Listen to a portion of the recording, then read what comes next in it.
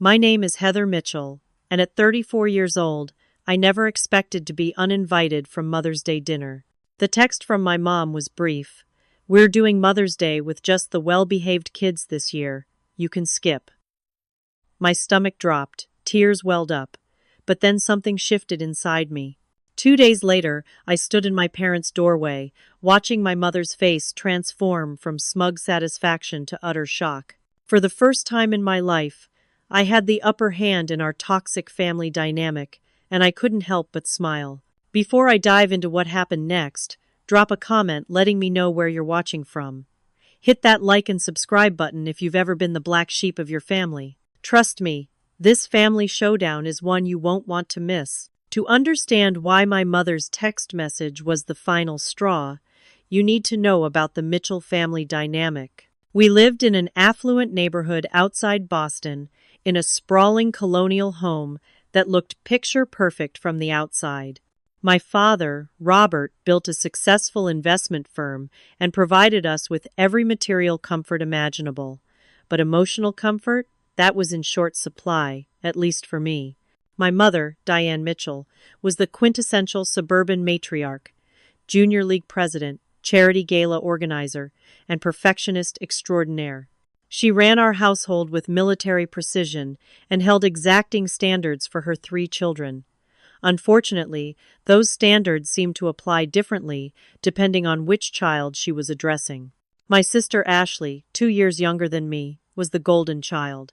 With her perfect blonde hair, dazzling smile, and uncanny ability to tell adults exactly what they wanted to hear, she could do no wrong in my mother's eyes. Ashley learned early how to manipulate situations to her advantage, often at my expense. Then there was Brian, my younger brother by 4 years. As the only boy and the baby of the family, he enjoyed special status. My mother doted on him, excusing behaviors she would have crucified me for. When Brian broke my mother's antique vase at age 10, it was just an accident. When I accidentally stained her tablecloth at 13, I was careless and inconsiderate. As for me, I was labeled the problem child before I even understood what the term meant. I wasn't rebellious by nature. I actually craved approval. But somewhere around age 7, I was assigned the role of family troublemaker, and no amount of good grades, achievements, or sincere efforts could change that narrative. "Heather always makes everything so difficult," my mother would sigh to her friends while I stood nearby, pretending not to hear. "She's been challenging since day one." What were my terrible crimes? I asked questions. I didn't always agree immediately. I had opinions that sometimes differed from my mother's. In our household, these were unforgivable sins. The pattern continued into adulthood. Despite graduating with honors from law school and securing a position at a prestigious law firm, my accomplishments were consistently downplayed at family gatherings. "Ashley's been made head of her department," my mother would announce proudly at dinner, while my recent successful defense of a high-profile client went unmentioned. "Brian just closed on that beautiful house in Cambridge," she'd gush, not acknowledging that I had purchased my own condo without any financial help from my parents, unlike my siblings who received generous loans that were never expected to be repaid. At family gatherings, I became accustomed to subtle humiliations. The time my mother forgot to set a place for me at Thanksgiving. The Christmas when my carefully selected gift for her was barely acknowledged, while Ashley's last-minute purchase was declared absolutely perfect. The constant comparisons that always found me lacking. I tried everything to win her approval. I dressed how she wanted, dated the kind of men she deemed appropriate, even considered specializing in the type of law she thought was most prestigious. Nothing worked. The goalposts kept moving, and I was always 10 steps behind my siblings in the race for maternal affection. What made it worse was that Ashley and Brian knew exactly what they were doing. They weren't innocent beneficiaries of our mother's favoritism. They actively worked to maintain their status by making me look bad whenever possible. "Mom, did Heather tell you she's going to miss your birthday dinner for a work event?" Ashley would ask innocently, failing to mention that the dinner date had been changed after I had already committed to an important client meeting. I noticed Heather barely spoke to Aunt Judy at the reunion, Brian would observe, conveniently omitting that Aunt Judy had snubbed me first. For years I tried to rise above it. I attempted heart-to-heart conversations with my mother that always ended with me apologizing for imagined slights. I sought to build individual relationships with my siblings, away from our mother's influence, only to have my overtures rejected or used against me later. By my 30s, I had largely resigned myself to my position in the family hierarchy. I showed up at required family functions, kept conversations superficial, and escaped as soon as was politely possible. I built a life outside the Mitchell family drama, with friends who genuinely appreciated me and a career where my efforts were recognized. But deep down, the wound of being the family outcast never fully healed. Every exclusion, every backhanded compliment, every comparison still hurt. I just became better at hiding it, until that text message arrived, and something inside me finally broke, or perhaps finally mended in the right way. The text message arrived on a Tuesday afternoon while I was preparing for a court appearance. My phone buzzed on my desk, and I absently checked it, expecting a message from a colleague. Instead, I saw my mother's name and the words that would finally push me over the edge. "We're doing Mother's Day with just the well-behaved kids this year. You can skip." I stared at those words for a full minute, reading them over and over, wondering if there was some context I was missing. There wasn't. This wasn't even the first time I'd been excluded from a family gathering, but the casual cruelty of the phrasing struck me like a physical blow.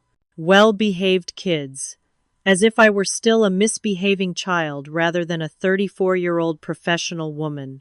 As if Ashley and Brian, with all their manipulations and deceptions, were paragons of good behavior. I set my phone down carefully, finished my preparation work with mechanical precision, and drove home in a fog.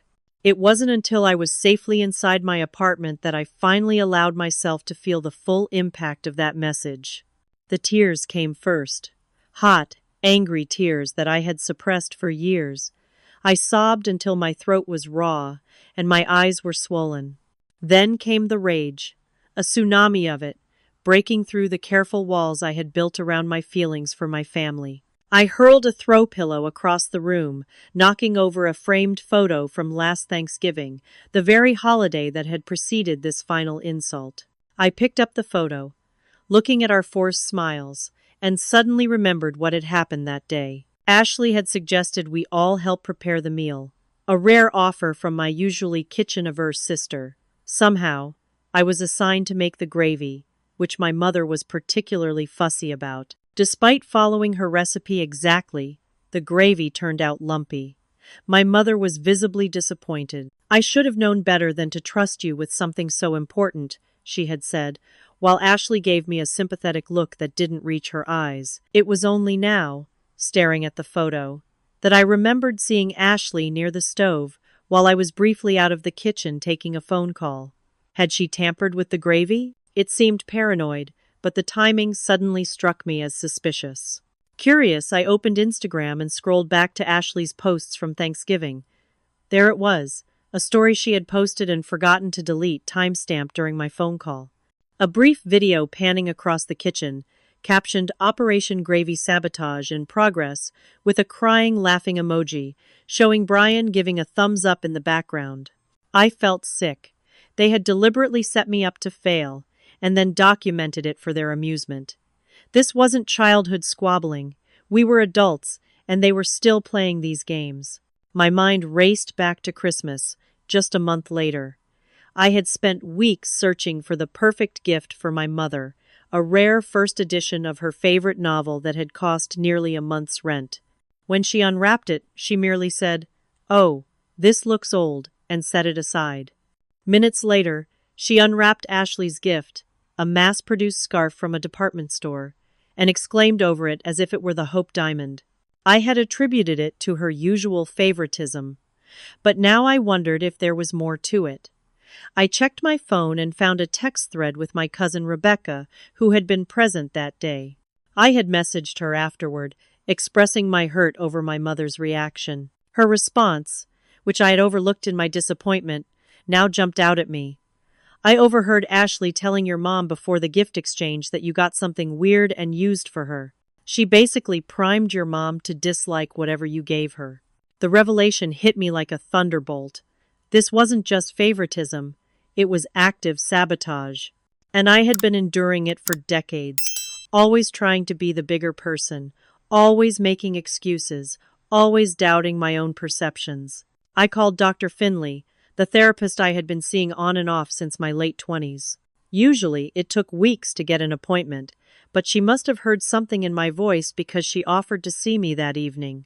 In her calm, book-lined office, I poured out everything: the text message, the Thanksgiving revelation, the Christmas manipulation, and decades of similar treatment. "Heather," she said when I finally paused for breath, "we've talked about your family dynamic for years, but I've never heard you sound so clear about it before. What's different now?" I thought about it for a moment. I've always thought if I just tried harder, if I just found the right approach, I could fix this. But seeing that Instagram post, it was like seeing proof that I'm not crazy. They're actually working against me, and they always have been. Dr. Finley nodded. "You've been gaslit for most of your life, made to feel that your perceptions are wrong and that you're somehow deserving of this treatment. But you're right. This isn't normal sibling rivalry. This is a toxic family dynamic where you've been assigned the role of scapegoat. So what do I do? Just accept the exclusion from Mother's Day and move on?" She gave me a thoughtful look. "What do you want to do?" The question hung in the air. What did I want? For once, I didn't immediately think about what would please my mother or keep the peace. I thought about what would give me back my dignity and self-respect. "I want them to see me," I said finally. "Really see me, not the convenient villain they've created. I want them to know that I see them too. All the manipulation, all the favoritism, all of it." "That sounds like a confrontation," Dr. Finley observed. "I guess it does."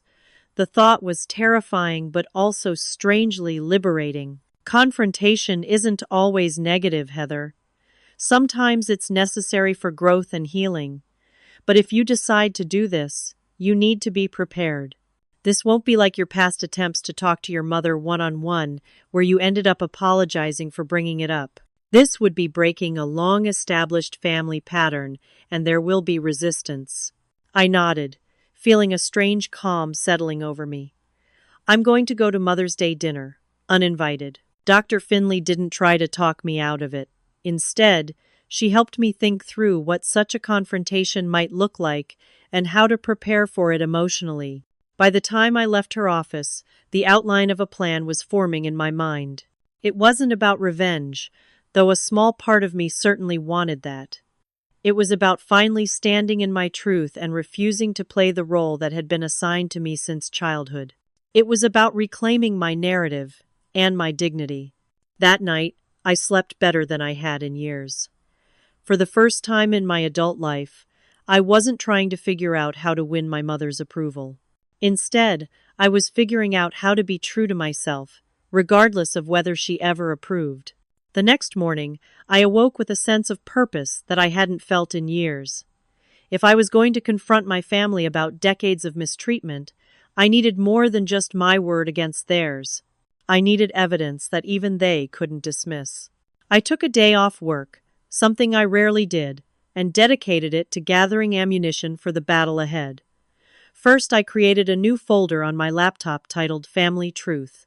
It felt both melodramatic and oddly satisfying. I started with the most recent incidents. I took screenshots of Ashley's Operation Gravy Sabotage Instagram story and saved them. I dug up the text exchange with my cousin Rebecca about the Christmas gift sabotage. These were small things in isolation, but together they formed a pattern that couldn't be dismissed as coincidence or misunderstanding. Then I went deeper, combing through years of emails, text messages, and social media interactions with my family. It was like performing an archaeological dig through layers of my own pain. There was the email thread from 3 years ago when I had offered to host Easter dinner, and Ashley had privately messaged several family members suggesting my apartment would be too small and probably not clean enough, resulting in the gathering being moved to her house instead. There were the text messages from Brian to me, accidentally sent to our family group chat, where he referred to me as the family failure when discussing holiday plans with Ashley. There was the Facebook message from my mother to her sister, complaining about my attention-seeking behavior when I had announced my promotion at a family dinner, a promotion I had mentioned once, briefly, after being directly asked about work. Each piece of evidence brought back the hurt I had felt at the time, but now I viewed them through a different lens. Instead of questioning what I had done wrong, I saw these incidents for what they were: systematic attempts to maintain my position as the family scapegoat. But the real breakthrough came when I started reaching out to extended family members and family friends. I had always assumed that everyone saw me the way my immediate family did, as difficult, selfish, problematic. I was stunned by the responses I received. My Aunt Meredith, my father's sister, wrote back immediately. "I've watched how they treat you for years, and it's broken my heart. Your mother has always been jealous of your independence, and your father is too weak to stand up to her." I should have said something long ago. My parents' longtime friend Gerald, who had known me since childhood, was equally forthright. "Your mother has always been hardest on you, Heather. We've never understood it. You were a sweet, bright child who grew into an accomplished woman. Nothing you could have done would have been enough for her." Even my grandmother, my mother's own mother, admitted, "Diane has always favored Ashley and Brian. I've tried to talk to her about it over the years, but she refuses to see it. It's not right, and it's not your fault." These validations from people who had witnessed my family dynamic from the outside were profoundly healing. For the first time, I had confirmation that I wasn't crazy or oversensitive. The unfair treatment was real, and others had seen it too. As I continued my investigation, I stumbled upon something I hadn't expected. While searching for an old email, I found a message from my father to his financial advisor that had been accidentally forwarded to my old family email address. It referenced the unauthorized withdrawals from the retirement account and mentioned Ashley by name. Intrigued, I dug deeper. I didn't have access to my parents' financial records, but I did have the name of their financial advisor, James Perkins. He had attended several family events over the years and had always been kind to me. I took a chance and called his office. "James, it's Heather Mitchell," I said when he answered. "I need to ask you something off the record, and I understand if you can't answer. Has my sister been taking money from my parents' accounts?" There was a long pause. "Heather, you know I can't discuss your parents' finances with you," he said finally. "But as someone who has watched you grow up and always respected your integrity, I'll say this. If I were you, I would ask your father directly about the retirement account and who has access to it. And I would do it soon." That was all the confirmation I needed. Ashley, the perfect daughter, had been stealing from our parents. My next revelation came from an unlikely source: my brother's ex-girlfriend, Melissa. We had never been close, but she had always been civil to me. On a hunch, I reached out to her via LinkedIn. Over coffee the next day, she reluctantly shared what she knew. "Brian hasn't held a real job in 3 years," she said. "That fancy title he has? It's for a company that barely exists. He created it to fool your parents. He's been living off their loans while pretending to be this successful entrepreneur." "And my mother has no idea?" I asked, though I already suspected the answer. Melissa looked uncomfortable. "That's the thing. I think she does know, at least partially. When we were still together, I overheard a phone call where she told him not to worry about repaying anything, but to keep up appearances because we can't have Heather thinking she's the only successful one." The betrayal cut deep. My mother had not only enabled Brian's deception, but had done so specifically to ensure I wouldn't outshine him.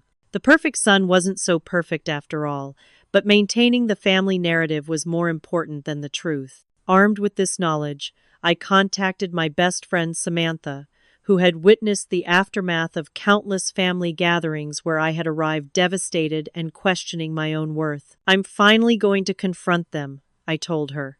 "All of them.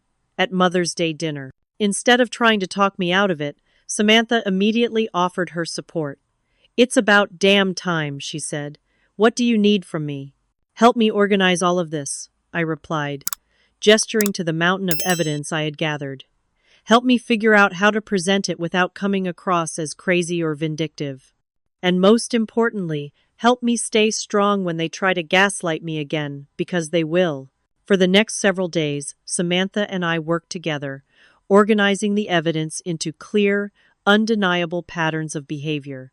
We practiced potential conversations, with Samantha role-playing my mother, father, and siblings, with uncanny accuracy, having heard me quote them for years. "Remember," Samantha said during one particularly intense practice session, "your goal isn't to hurt them the way they've hurt you. It's to finally be seen and heard, to stand in your truth."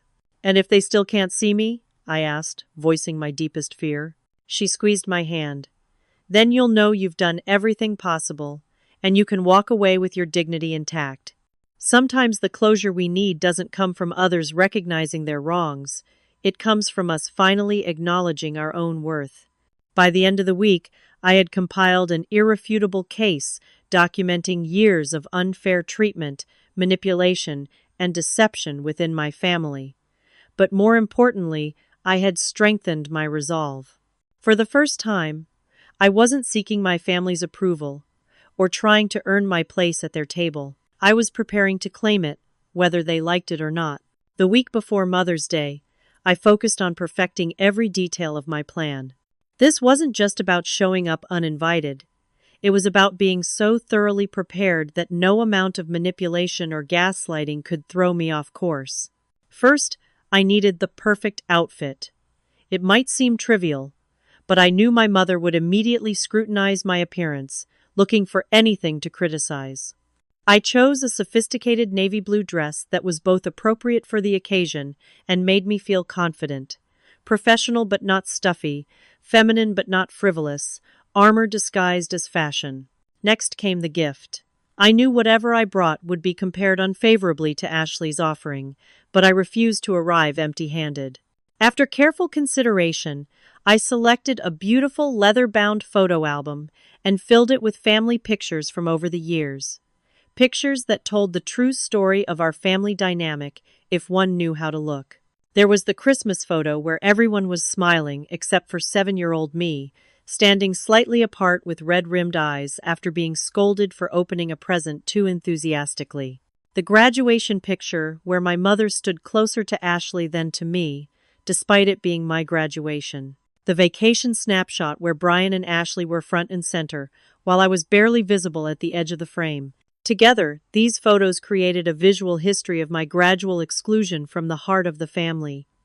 I added brief, factual captions to each one, noting the context without editorializing.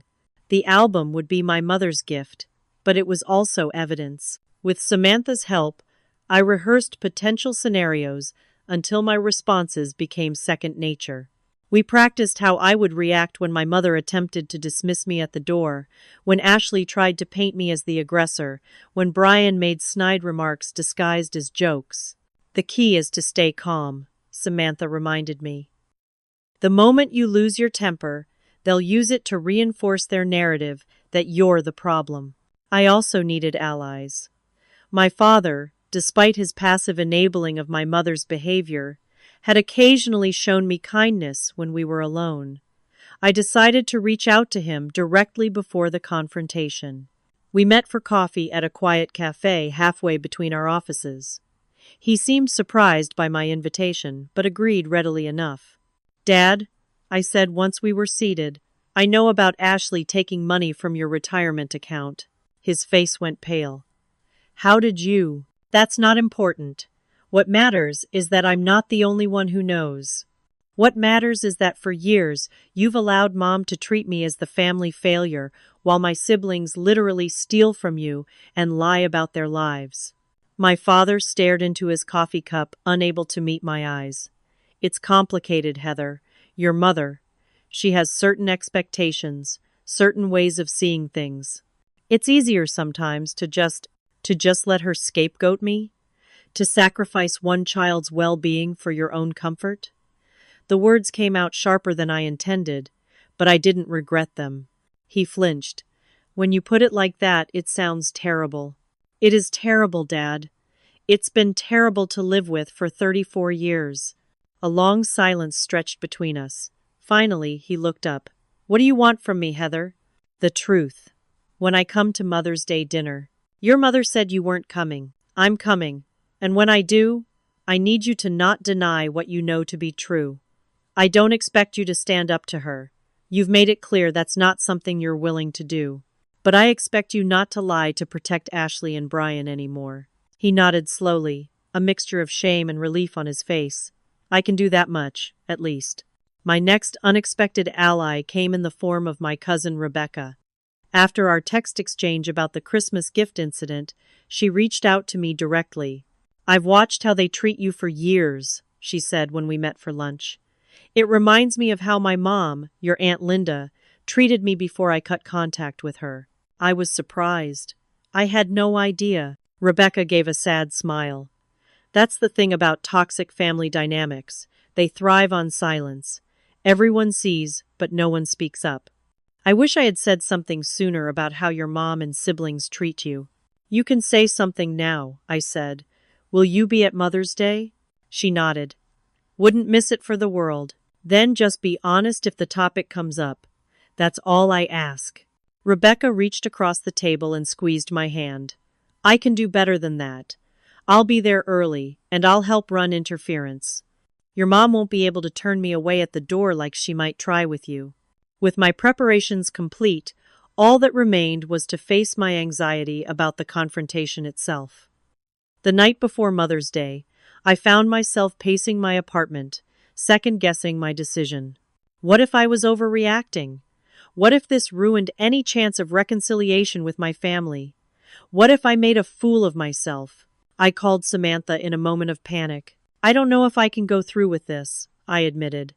Maybe I should just accept that this is how my family is and move on with my life. You could, she said. And honestly, cutting toxic people out of your life is sometimes the right choice. But Heather, I've known you for 15 years, and every time you come back from a family gathering, you're devastated. This pattern will continue until something changes. Only you can decide if tomorrow is the day that change begins. Her words steadied me. You're right. I need to do this. Not to change them, but to stand up for myself. Exactly. And whatever happens, you have people who love and value you for exactly who you are. The morning of Mother's Day dawned bright and clear. I awoke early, took a long shower, and dressed with care. As I applied my makeup, I studied my reflection in the mirror. I looked calm, composed, determined, all the things I needed to be for what lay ahead. I texted Rebecca, who confirmed she was already on her way to my parents' house, gift in hand, ready to ensure I wouldn't be turned away at the door.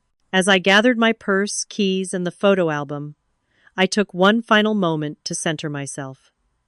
This day wasn't about winning my mother's approval or punishing my siblings for years of mistreatment. It was about finally standing in my truth and refusing to participate in the fiction my family had created. I drove to my parents' suburban home with a strange sense of calm. Whatever happened today, I would no longer be complicit in my own diminishment. For the first time in my life, I was approaching my family not as the perpetual disappointment seeking redemption, but as a woman who knew her own worth. As I pulled into the driveway behind several familiar cars, I took a deep breath. It was showtime. I stood on my parents' doorstep, photo album tucked under my arm, and rang the bell. Through the decorative glass panels, I could see figures moving inside. The gathering was already in progress. I straightened my spine and put on a neutral expression as footsteps approached. The door swung open to reveal my mother, Diane Mitchell, impeccably dressed in a powder blue suit that probably cost more than my monthly rent. Her carefully arranged smile froze when she registered who was standing on her doorstep. "Heather," she said, her voice dropping to a harsh whisper. "What are you doing here? I specifically told you." "Happy Mother's Day, Mom," I interrupted, keeping my voice pleasant and even. I extended the photo album toward her. "I brought you a gift." She made no move to take it, her hand still gripping the edge of the door as if prepared to close it in my face. This is incredibly inappropriate. I made it clear that you weren't invited today. Is everything okay? My cousin Rebecca appeared behind my mother, champagne flute in hand. She feigned surprise at seeing me. Heather, you made it after all. Come in. Everyone's in the living room. Rebecca smoothly maneuvered past my mother and linked her arm through mine, effectively preventing my mother from blocking my entrance without creating an obvious scene. With guests already present, my mother was trapped by her own devotion to appearances. How lovely that you could join us, my mother said through clenched teeth, loud enough for anyone in the foyer to hear. As I passed her, she hissed, "We'll discuss this later." I simply smiled and continued into the house, Rebecca's supportive presence beside me giving me strength. The living room fell silent as I entered. My father looked up from his conversation with my uncle, his expression a mixture of apprehension and what might have been relief. My brother Brian nearly choked on his drink, and Ashley, perched on the arm of the sofa, in a perfectly coordinated pastel ensemble, shot me a look of pure venom before quickly composing her features into a mask of false welcome. "Heather!" "What a surprise," she trilled, not moving from her spot. "We thought you weren't coming." "I wouldn't miss it," I replied evenly. "It's Mother's Day after all, a day to celebrate family." I made my way around the room, greeting relatives and family friends with genuine warmth. Most seemed pleased to see me, if a bit confused by the tension they could undoubtedly sense. My Aunt Meredith gave me a knowing nod and a subtle thumbs up. Throughout the pre-dinner mingling, I could feel my mother's eyes on me, monitoring my every move and interaction. Ashley circled me like a shark, looking for an opening to assert her dominance. Brian simply avoided me, refilling his whiskey glass with concerning frequency. My father eventually made his way to my side, awkwardly patting my shoulder. "I'm glad you came," he said quietly. "Are you?" I asked, not unkindly. He glanced across the room at my mother, who was watching us intently. "Yes," he said, with more conviction than I expected. "I am." The announcement of dinner temporarily paused the brewing tension. As everyone moved toward the dining room, I noticed with bitter amusement that no place had been set for me. My mother had been so confident in my exclusion that she hadn't even prepared for the possibility of my attendance. "Oh dear," she said with exaggerated concern, when the oversight became obvious to everyone. "We seem to be short a place setting." "I'll get one," my father said quickly, heading for the kitchen before my mother could object. As the awkward shuffling of chairs and place settings continued, Ashley sidled up next to me. "You really can't take a hint, can you?" she murmured, her smile never faltering. "Always have to make everything about you." "That's an interesting perspective from someone who's been stealing from our parents' retirement account," I replied quietly. Her smile froze, her face draining of color. "I don't know what you're talking about." "I think you do. But we can discuss it over dinner if you prefer." She retreated without another word, throwing a panicked glance at Brian, who was now watching our interaction with narrowed eyes. Once everyone was seated, with me placed at the far end of the table, as distant from my mother at the head as possible, the meal began. The conversation flowed artificially, everyone working a bit too hard to maintain the illusion of a perfect family gathering. My mother, ever the consummate hostess, directed the conversation like a conductor, ensuring the spotlight remained primarily on Ashley's recent charity work and Brian's supposedly thriving business ventures. I ate quietly, waiting for the right moment. It came when my Aunt Linda, always a bit tone-deaf to social undercurrents, asked me about my work. "Heather, dear, how is that big case you were working on, the one with the pharmaceutical company?" Before I could answer, my mother swiftly interjected. "Let's not bore everyone with legal talk, Linda." Ashley was just about to tell us about the fundraiser she organized for the Children's Hospital. I set down my fork with a deliberate clink against my plate. "Actually, I'd be happy to share the outcome of the case. We won a landmark decision that will help thousands of people afford their medication. It's being covered in next month's issue of the American Bar Journal." A murmur of impressed reactions circled the table, and I saw a flash of genuine pride on my father's face before my mother regained control of the conversation. "How nice," she said dismissively. "Ashley's event raised over $50,000 for pediatric cancer research." "That's wonderful," I said sincerely, turning to my sister. "It must have been a lot of work organizing something on that scale. How did you manage it with everything else on your plate, including helping manage Mom and Dad's finances?" Ashley's fork froze halfway to her mouth. "What do you mean?" "I was just wondering about the retirement account," I said casually, as if discussing the weather. "The one you've been making unauthorized withdrawals from." The dining room went utterly silent. My mother's face contorted with rage, but it was my father who spoke first. "Heather, this isn't the time." "When is the time, Dad? When the account is completely drained? When your golden children have taken everything you worked for?" Ashley's face had gone from pale to red. "That's a disgusting accusation. Mom, are you going to let her talk to me like this?" My mother stood up, napkin clutched in her white-knuckled hand. "Heather, I knew you would find some way to ruin today. This is exactly why you weren't invited. You always have to create drama." "Is it drama when it's the truth?" I interrupted, still maintaining my calm. "I have copies of the account statements, Mom. I've spoken with James Perkins. Ashley has taken over $70,000 in the past year alone." "Those were loans," Ashley sputtered, looking desperately to my mother for backup. "Mom and Dad offered to help with some temporary financial difficulties. It was all completely above board." I turned to my brother, whose face had taken on the waxy sheen of someone about to be sick. "And what about you, Brian? Want to tell everyone about your successful business? The one that exists only on paper while you live off Mom and Dad's money?" Brian pushed back from the table so violently his chair nearly toppled. "You don't know what you're talking about. You're just jealous because Mom and Dad have always liked us better." The naked truth of his statement hung in the air. No one gasped, no one protested, because it was true, and everyone at that table knew it. "Yes," I said simply, "they have. But liking you better doesn't justify letting you steal from them or lie to them. It doesn't justify decades of treating me like I'm worth less than you." My mother was shaking with fury. "That is enough.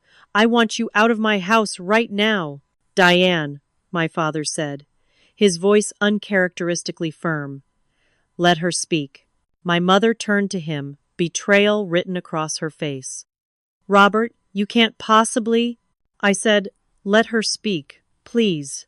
In the stunned silence that followed, I took a deep breath and continued my carefully planned confrontation, feeling the ground shift beneath my family's carefully constructed facade.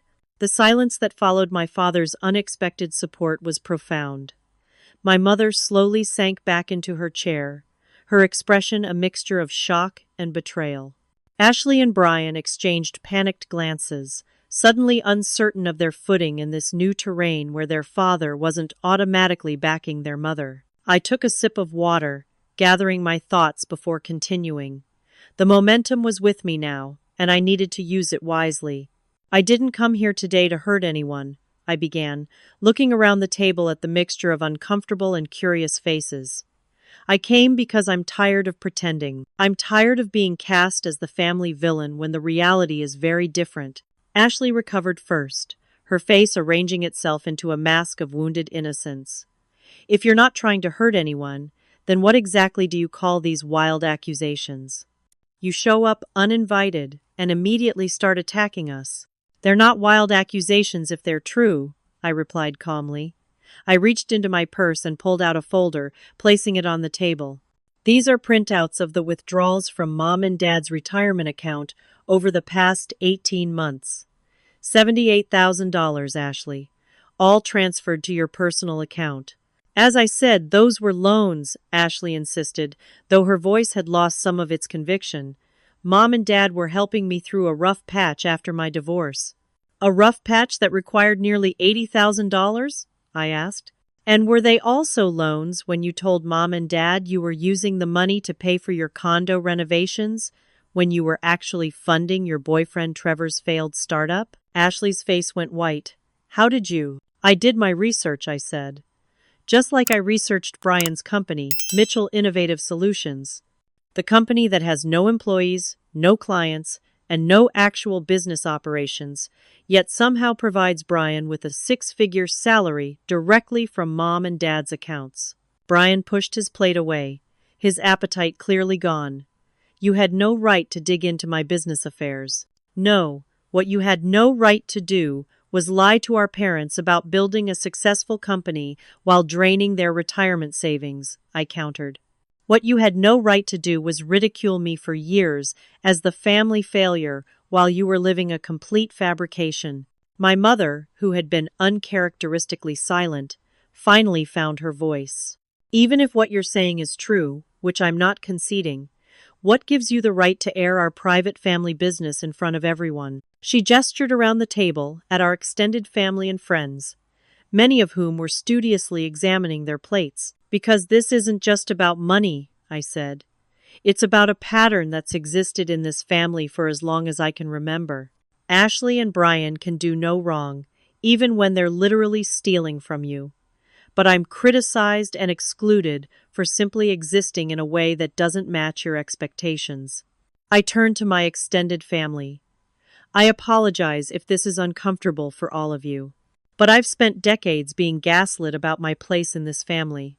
Being told that my perceptions were wrong, that I was too sensitive, that I was imagining the different standards I was held to. To my surprise, my Aunt Meredith spoke up. No need to apologize, Heather. What you're saying needed to be said a long time ago. My mother shot her a venomous look. Meredith, this isn't your place. It became my place when I watched you systematically undermine and belittle my niece year after year, Aunt Meredith replied firmly. Robert is my brother, and I love him, but he's enabled this dynamic by staying silent.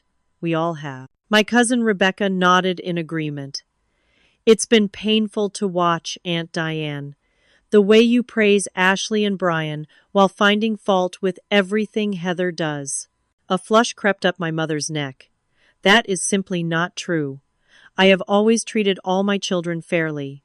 Mom, I said gently, you literally uninvited me from Mother's Day because I'm not well-behaved enough. I'm 34 years old with a successful career, my own home, and a life I've built without financial help from you and Dad. Meanwhile, Ashley and Brian are draining your retirement fund while you praise them for being such wonderful children. My father cleared his throat. Heather is right about the money, Diane. I've been tracking the withdrawals for months but couldn't bring myself to confront Ashley and Brian, or to confront you about enabling them. My mother turned to him, aghast. You knew, and you didn't tell me? You wouldn't have wanted to hear it, he said quietly. You never do when it comes to Ashley and Brian. And I was a coward. It was easier to give them money than to deal with the fallout of saying no. The revelation that my father had been aware of the financial deception but had kept it from my mother created a new tension in the room. For perhaps the first time in their marriage, my parents found themselves on opposite sides of a family conflict. Brian, seeing the unity between our parents fracturing, attempted to seize the opportunity. Dad, you offered to help with my business. You said you believed in what I was doing. I wanted to believe in you, son, my father replied, his voice heavy with disappointment. But Mitchell Innovative Solutions has been about to launch for 3 years now. There are no patents, no products, no clients. Just constant requests for more funding. Ashley, realizing her usual tactics weren't working, switched to attack mode. This is rich coming from Heather. She's always been jealous of my relationship with Mom.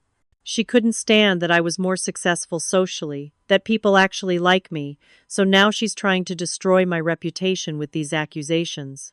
I opened the folder on the table and slid a document across to her. This is an email from you to Brian dated last Thanksgiving. In it, you outline your plan to sabotage the gravy I was making, to give Mom something else to be disappointed in Heather about. You even titled the email Operation Gravy Sabotage. Ashley's face flushed. You hacked my email? That's illegal. I didn't hack anything. You sent it to our family email group by mistake. I ignored it at the time because I couldn't believe my own sister would deliberately set me up to fail. But then I saw your Instagram story bragging about it, and I realized this wasn't an isolated incident. I turned to the rest of the family.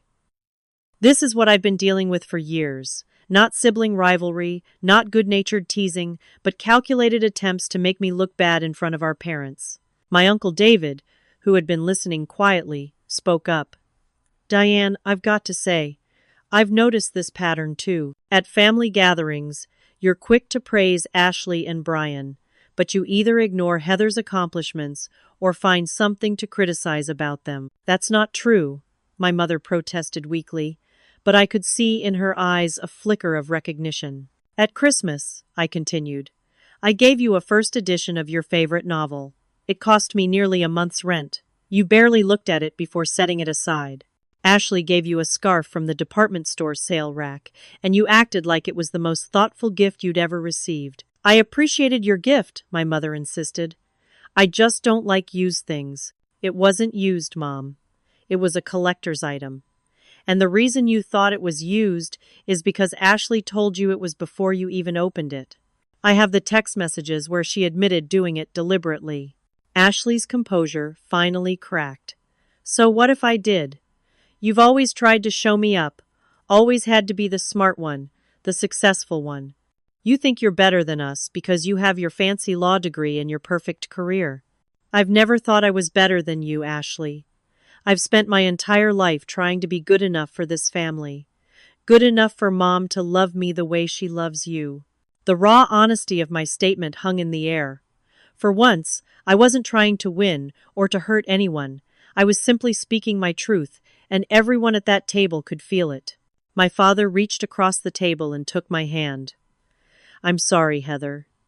I've failed you as a father by not standing up for you, by letting this pattern continue, year after year.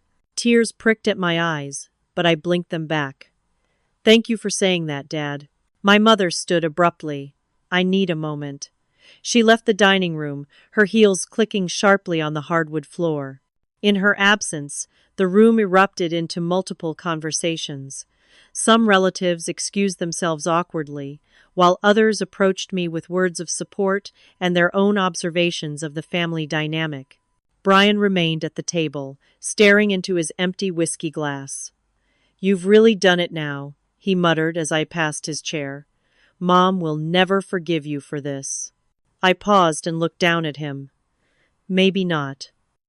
But I've spent my whole life seeking her forgiveness for things I never did wrong in the first place. I'm done with that now. I found my mother in her study, standing by the window with her arms wrapped around herself.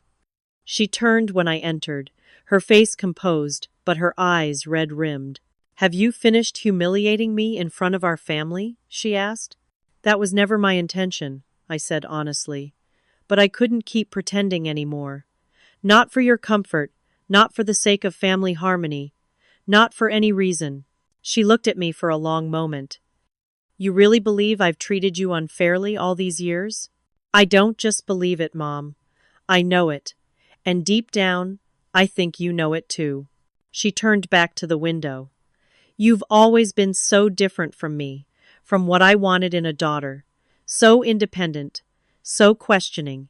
It was easier with Ashley. She wanted what I wanted for her. It wasn't an apology or even a full acknowledgement, but it was the closest my mother had ever come to recognizing the truth of our relationship. It was a start. We should return to our guests, she said finally. As we walked back to the dining room, I realized that the balance of power in my family had fundamentally shifted. For the first time, I wasn't the one feeling ashamed, defensive, or wrong. For the first time, my truth had been spoken and heard. The confrontation wasn't over. There would be more fallout to navigate, but I had accomplished what I came to do. I had broken the pattern that had defined my family relationships for decades, and nothing would ever be quite the same again. When my mother and I returned to the dining room, the atmosphere had changed dramatically. The artificial politeness that had characterized Mitchell family gatherings for years had been stripped away, leaving raw, uncomfortable honesty in its place. Several of the more peripheral guests had made tactful exits, but our core family and closest friends remained. My father sat at his place, looking simultaneously exhausted and relieved. Ashley was in a heated, whispered argument with her husband in the corner. Brian had refilled his whiskey glass and was staring into it as if it held answers. My mother took her seat at the head of the table and attempted to regain control of her carefully orchestrated Mother's Day celebration. "Perhaps we should move on to dessert," she suggested, her voice artificially bright. "I have a lovely strawberry tart that—" "Diane," my Uncle David interrupted gently, "I think we need to address what's happening here." My mother's smile became strained. "I don't see what purpose it serves to continue dwelling on unpleasant accusations." "They're not just accusations, though, are they?" my Aunt Meredith said, looking pointedly at Ashley and Brian. "From what I've gathered, Heather has evidence backing up everything she's said." All eyes turned to me. I took a deep breath, centering myself. I didn't come here today to expose anyone or to hurt the family. I came because I've spent my entire life being made to feel like I was less valuable, less worthy of love and respect than my siblings. And today, I'm finally standing up for myself. "By trying to tear down your brother and sister," my mother countered. "No, by showing that the family narrative about me being the problem child while Ashley and Brian are perfect has never been true." I turned to my sister. "Ashley, would you like to explain to everyone why you told Mom my Christmas gift was used and weird before she even opened it?" Ashley crossed her arms defensively. "I was just giving her a heads up so she wouldn't be disappointed." "Is that also why you sabotaged the gravy I was making at Thanksgiving? To prevent disappointment?" "That was just a joke," Ashley insisted, though her voice lacked conviction. "A joke designed to make me look incompetent in front of the entire family," I pointed out. "Just like the joke you played at Easter 3 years ago, when you told everyone my apartment was too small and dirty to host dinner, even though you'd never even been there." "I don't remember saying that," Ashley muttered, avoiding eye contact. I pulled out my phone and opened an email. "Allow me to refresh your memory. Honestly, we can't have Easter at Heather's place. It's tiny and knowing her probably a mess. Mom would have a fit. Let's move it to my house instead. You sent this to everyone except me." Ashley flushed red. "You're taking that out of context. Then please, provide the context that makes it acceptable to lie about my home to ensure I wouldn't host a family gathering." She had no response. I turned to Brian. "And you, calling me the family failure in texts to Ashley, mocking my career achievements while pretending to run a successful business that doesn't actually exist." Brian glared at me. "At least I don't act superior to everyone. You've always thought you were better than us with your fancy law degree and your perfect ethics."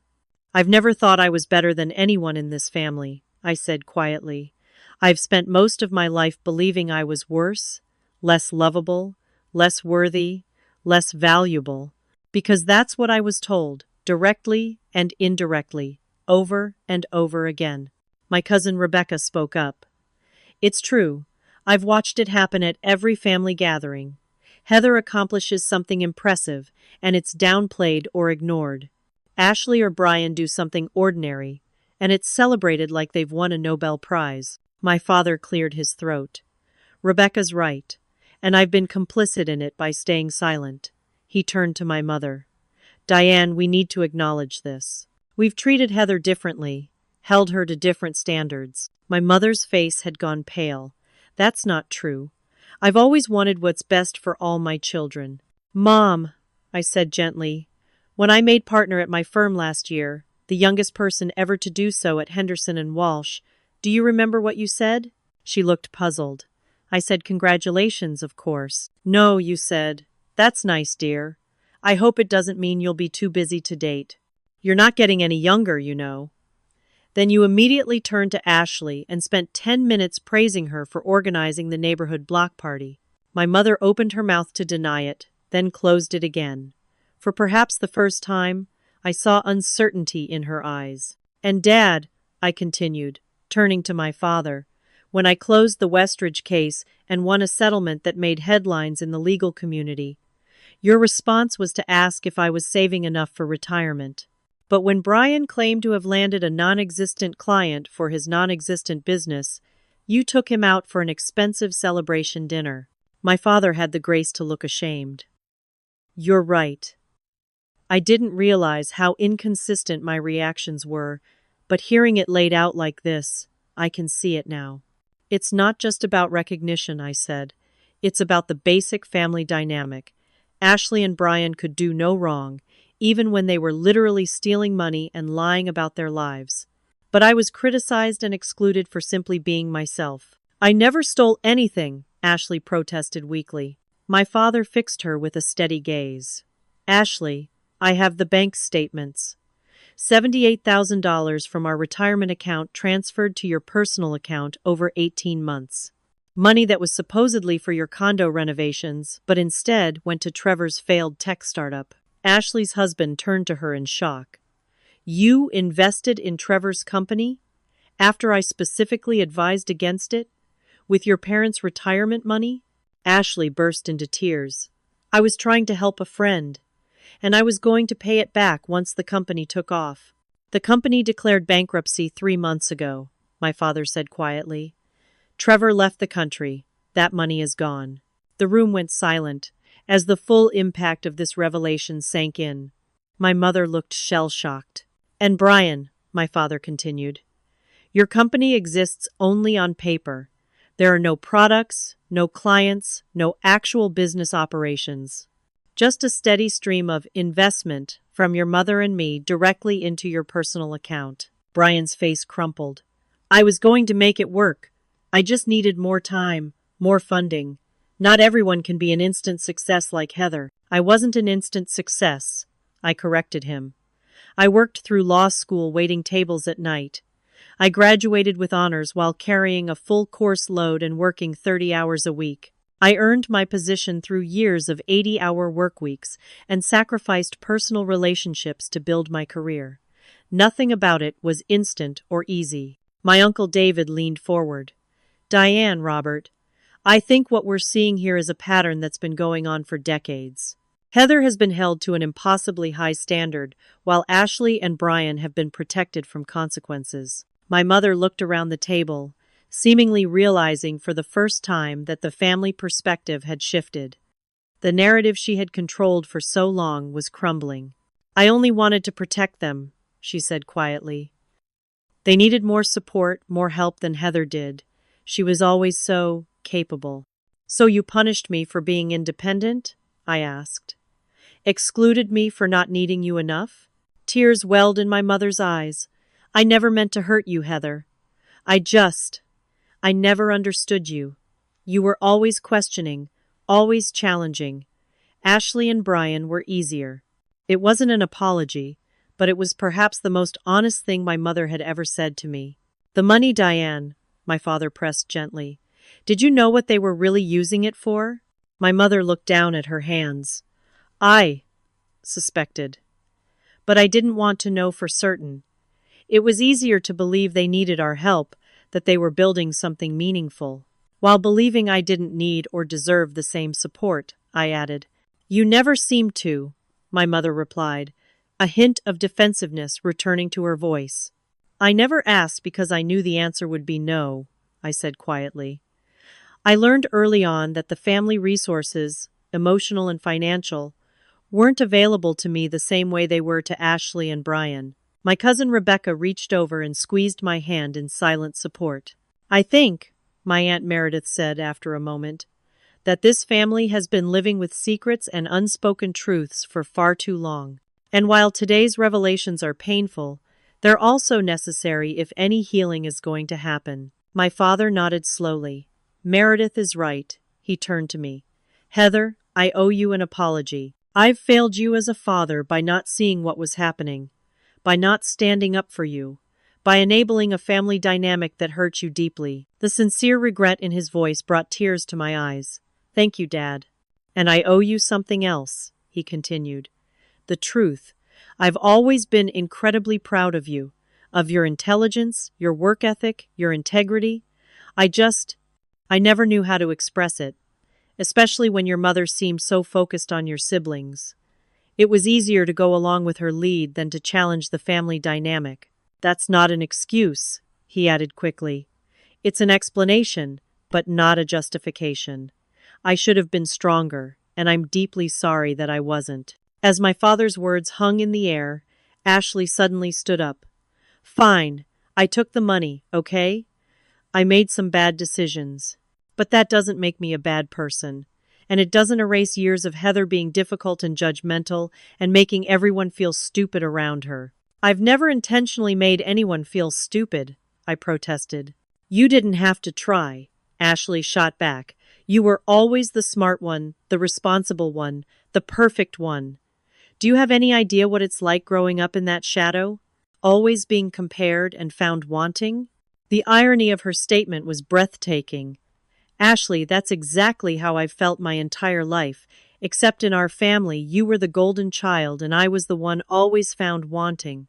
For a moment, I saw a flicker of recognition in her eyes, as if she was seeing our shared experience from the opposite perspective for the first time. "The difference," I continued gently, "is that I never tried to sabotage you or lie about you to make myself look better. I never stole from our parents or manipulated them into thinking you were less than you are." Ashley sank back into her chair, deflated. "I never thought of it as stealing," she said quietly. "They've always given us money when we needed it. It just seemed like more of the same." $78,000 isn't more of the same, her husband pointed out, still clearly processing this revelation. "That's a significant portion of your parents' retirement savings." The room fell silent again as the full weight of the situation settled over everyone. The perfectly maintained facade of our family had been completely dismantled, leaving us all exposed and vulnerable. After a long moment, my mother spoke. "I think, perhaps we should continue this conversation another time. Our guests have been subjected to enough family drama for one day." It was a retreat to form, my mother's instinct to preserve appearances above all else, but I could see in her eyes that something fundamental had shifted. The truth had been spoken, and it couldn't be unheard. As the remaining guests began to make polite exits, I felt a strange sense of peace washing over me. The confrontation hadn't gone exactly as I'd planned. Family confrontations rarely do, but I had accomplished something important today. For the first time in my life, I had stood in my truth without apologizing for it. I had refused to accept the role assigned to me in my family's dysfunctional dynamic. And most importantly, I had broken the silence that had protected that dynamic for decades. Whatever came next, whether healing or further fracturing, it would be based on truth, rather than the comfortable lies my family had lived with for far too long. In the hours following the confrontation, my parents' house emptied of guests, each departure marked by awkward goodbyes and meaningful glances. Some pulled me aside for brief supportive words, others simply squeezed my hand or gave me a nod of acknowledgement. By early evening, only the immediate family remained. My parents, Ashley, Brian, and me, sitting in strained silence in the living room. My mother was the first to speak. "I think we all need some time to process what happened today." It was a dismissal, thinly disguised as wisdom. The old Heather would have accepted it, gathered her things, and left, allowing the family to close ranks and rewrite the narrative of what had transpired. But I was no longer that person. "I agree that processing is important," I said calmly. "But I think we also need to address what happens next. This isn't something we can simply move past with time and selective amnesia." My father nodded slowly. "Heather's right. There are practical matters we need to discuss, particularly regarding the financial situation." Ashley, who had been uncharacteristically quiet since her tearful admission about the money, looked up sharply. "What do you mean, the financial situation?" "I mean that your mother and I need to reassess how we've been handling our finances and the support we've been providing to you and Brian," my father replied, a new firmness in his voice. "You're cutting us off?" Brian asked incredulously. "Because of what Heather said?" "No, because of what you did," my father corrected him. "And it's not about cutting you off. It's about establishing appropriate boundaries and expectations." My mother twisted her hands in her lap. "Robert, perhaps now isn't the time." "It's exactly the time, Diane," he interrupted, surprising all of us with his assertiveness. "We've avoided difficult conversations in this family for decades, and look where it's gotten us." In the pause that followed, I realized that my father was finally stepping into a role he should have occupied long ago, that of an equal partner in parenting and family decisions, rather than a passive enabler of my mother's dysfunctional leadership. "So what happens now?" Ashley asked, her voice small. "First, we need complete transparency about the money," my father said. "Exactly how much was taken, where it went, and what realistic possibilities exist for repayment." Ashley and Brian exchanged uncomfortable glances. "Second," he continued, "your mother and I need to consult with our financial advisor about the impact on our retirement plans and what adjustments will be necessary. And third," I added gently, "I think we all need to acknowledge that the family dynamic needs to change. The patterns that got us here aren't sustainable or healthy for anyone." My mother looked at me with an unreadable expression. "And what would that look like, Heather? What exactly do you want from us?"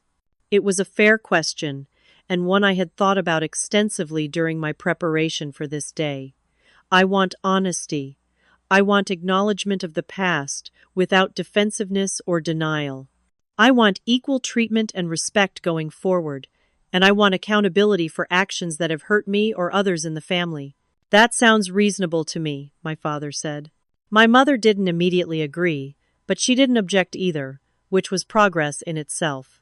As the evening wore on, the conversation continued in fits and starts, sometimes productive, other times degenerating into old patterns of accusation and defense. At one point, my mother retreated to the kitchen, and I followed her, finding her standing at the counter with her hands braced on the edge, shoulders slumped in exhaustion. "Mom," I said softly. She turned, and for a moment, I saw something I had rarely witnessed in my strong-willed, perfectly composed mother: vulnerability. "I never meant to hurt you, Heather," she said, her voice barely above a whisper. "I truly believed I was doing what was best for everyone." "I know you did," I replied, surprised to find that I meant it. "But what was best for Ashley and Brian wasn't necessarily what was best for me. We're different people with different needs." She nodded slowly. "You've always been so independent, so self-sufficient. I never felt like you needed me the way they did." "I did need you, Mom, just in different ways. I needed your approval, your acknowledgement, your pride in my accomplishments. But every time I achieved something, it was either dismissed or the goalpost was moved." My mother was quiet for a long moment. "I don't know if I can change overnight, Heather. These patterns, they're deeply ingrained." "I don't expect overnight change," I assured her. "I just need to know that you're willing to try, that you're willing to see me, really see me, for who I am, not who you expected me to be." "I can try," she said, and though it wasn't the wholehearted embrace I might have hoped for, it was more than I had ever received from her before. Around midnight, exhausted from the emotional marathon of the day, I decided it was time to leave. As I gathered my purse and the photo album my mother had never opened, Ashley approached me in the foyer. "I don't even know what to say," she admitted, her eyes red from intermittent crying throughout the evening. "Sorry seems inadequate." "It's a start," I replied, not unkindly. She twisted her hands together, a gesture so reminiscent of our mother that it was almost jarring. "I never thought about how my actions affected you. I was so focused on maintaining my position as the favorite that I didn't consider the cost to you." "Or to yourself," I pointed out. "Always having to perform, to be perfect in Mom's eyes. That's its own kind of prison, isn't it?" Ashley looked startled, as if this perspective had never occurred to her. "I suppose it is. Maybe we can both be free of these roles now," I suggested. "It won't happen immediately, but today was a start." She nodded, then hesitated before asking, "Do you think we'll ever have a real relationship? As sisters, I mean. Without all this competition and resentment." "I hope so," I said honestly. "But it will take work from both of us, and trust will have to be rebuilt over time." As I reached for the door, Ashley surprised me by stepping forward and hugging me awkwardly. "Thank you," she whispered, "for not letting us continue down this path. Even if it hurts right now, I think it needed to happen." My brother was less conciliatory. As I passed the living room, he was still sitting alone, nursing what appeared to be yet another whiskey. "Happy now?" he asked bitterly. "You've blown up the entire family." "The family was already dysfunctional, Brian," I replied. "I just refuse to pretend anymore." "Easy for you to say. You've always had your perfect career, your perfect life. Some of us needed more help."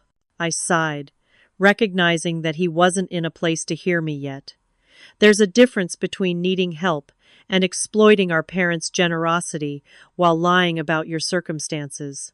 When you're ready to acknowledge that difference, maybe we can have a real conversation. He turned away, and I left him to his thoughts and his whiskey. My father walked me to my car, the night air cool against our emotionally heated skin. "I'm proud of you," he said quietly, as we reached the driveway. "What you did today took immense courage." "Thank you, Dad. That means a lot." He hesitated, then asked, "Will you be okay after all this?" I considered the question seriously. "Yes, I think I will.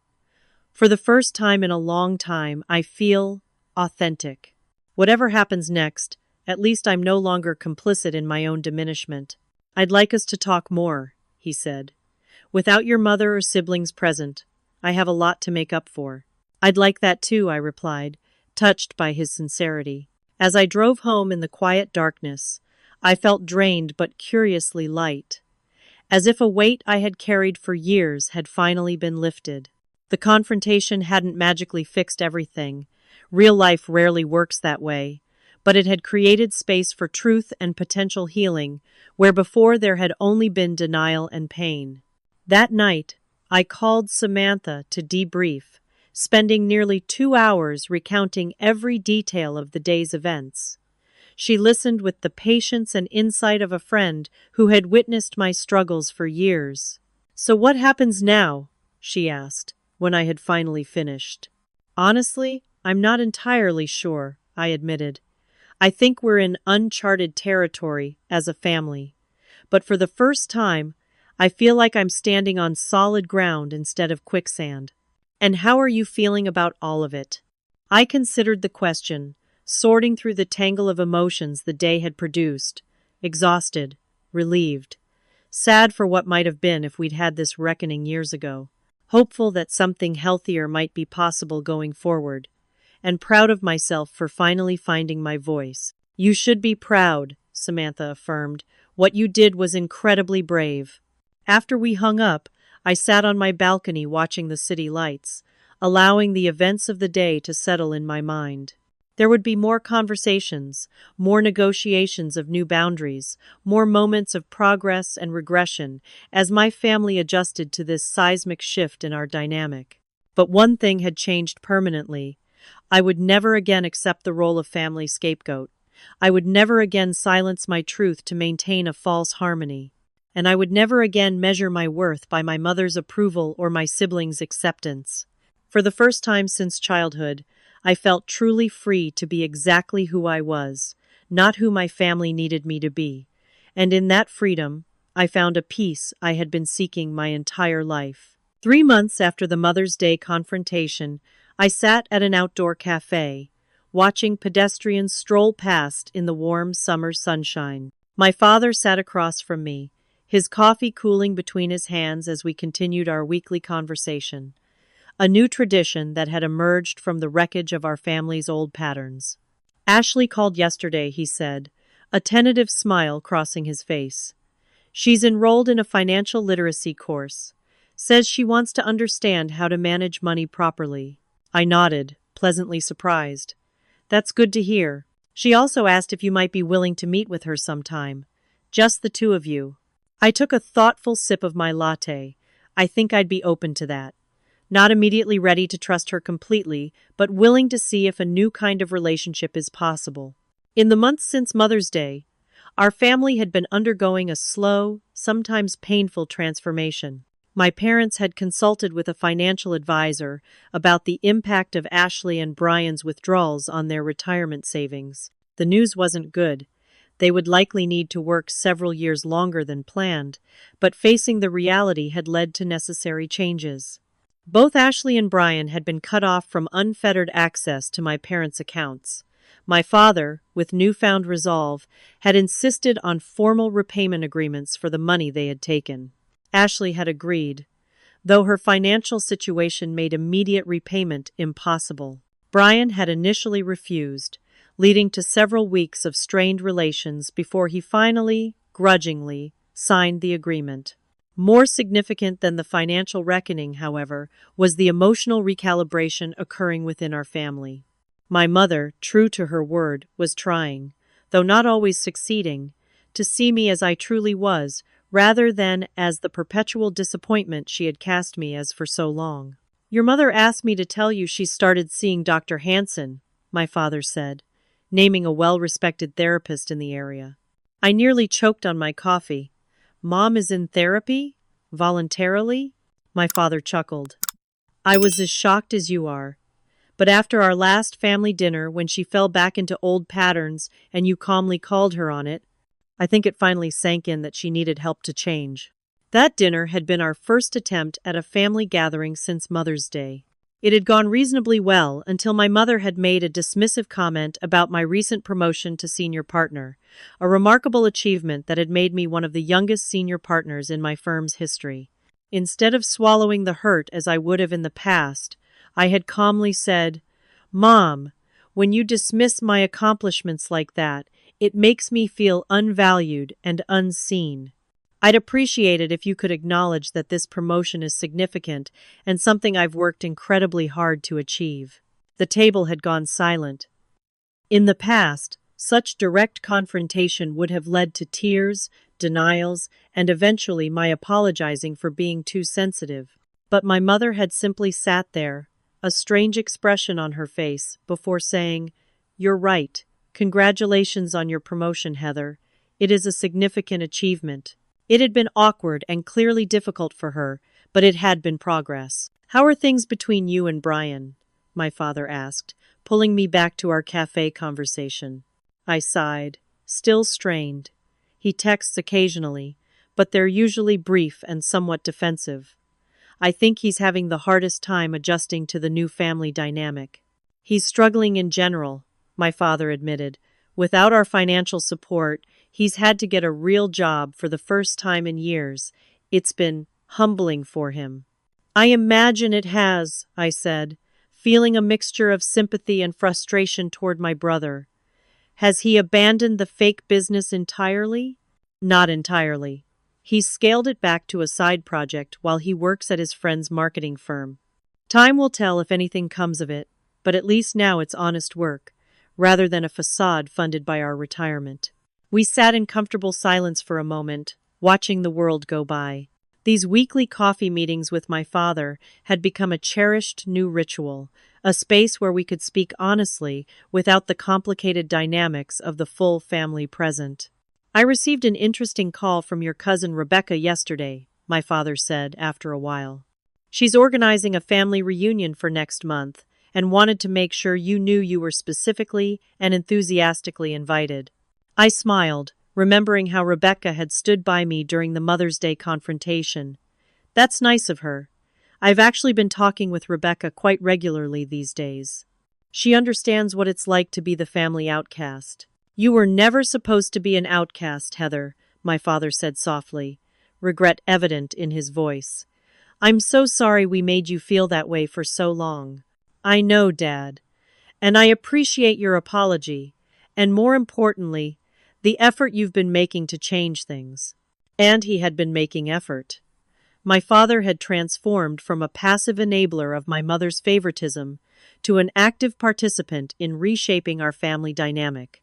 He made a point of acknowledging my accomplishments, asking meaningful questions about my life, and standing firm when old patterns threatened to reassert themselves. As we finished our coffee and prepared to part ways, my father hesitated, then reached across the table to take my hand. "I'm proud of you, Heather. Not just for your professional success, though that's certainly impressive. I'm proud of your courage in standing up for yourself, in refusing to accept treatment that diminished you. It's made me realize how much courage I've lacked over the years." Tears pricked at my eyes. It's never too late to find your courage, Dad. No, he agreed, squeezing my hand. It's not. Thank you for showing me that. Later that evening, as I prepared dinner in my apartment, my phone buzzed with a text message from my mother. Just finished my third session with Dr. Hansen. It's uncomfortable, but necessary work. I'm trying to understand why I treated you the way I did for so long. I hope you can be patient with me as I learn to do better. It wasn't a perfect apology, but it was more self-awareness than my mother had ever shown before. I texted back, I appreciate your effort, Mom. Healing takes time for all of us. As I moved around my kitchen, I reflected on the journey of the past 3 months. The Mother's Day confrontation had been painful and messy, but it had also been necessary, the lancing of a wound that had festered for decades, finally allowing the possibility of true healing. My relationship with my mother remained complicated. There were still moments when she slipped into old patterns, still instances where I had to remind myself not to fall back into the role of the appeasing daughter seeking approval at any cost. But there was also a new honesty between us, a fragile bridge being built across years of misunderstanding and hurt. Ashley and I had begun a cautious reconciliation. We had met for lunch twice, conversations that were awkward but increasingly genuine as we attempted to see each other clearly, perhaps for the first time. She had apologized more fully for her years of manipulation and sabotage, and I had worked to understand her perspective, how her sense of worth had become entirely wrapped up in being our mother's favorite, leading her to protect that status at any cost. Brian remained distant, still struggling with the new reality where his fabricated success story had been exposed and his financial safety net removed. I had reached out several times, offering to meet on neutral ground, but he had rebuffed most of my attempts. The one time we had spoken by phone had been brief and tense, ending with him accusing me of always needing to be right. I had simply replied, "No, Brian. I just needed to stop being wrong all the time in everyone else's eyes." He had hung up without responding. Despite the ongoing challenges, I felt a profound sense of peace that had been absent for most of my adult life. I no longer approached family interactions with dread and defensiveness. I no longer questioned my own perceptions when my mother or siblings attempted to dismiss my feelings. And most importantly, I no longer measured my worth by their approval. The final piece of my healing journey came unexpectedly, through a conversation with my therapist, Dr. Finley, who had supported me throughout this process. "What do you think was the most significant outcome of the Mother's Day confrontation?" she asked during one of our sessions. I considered the question carefully. Initially, I thought it was getting my family to finally see and acknowledge the truth about our dynamic, but now I realize that was only part of it. The most significant outcome was that I finally saw and acknowledged the truth, not just about them, but about myself. "And what truth was that?" she prompted. "That I am not defined by their perception of me. That I never needed their approval to be worthy of love and respect. That standing in my truth is more important than maintaining a false harmony based on my diminishment."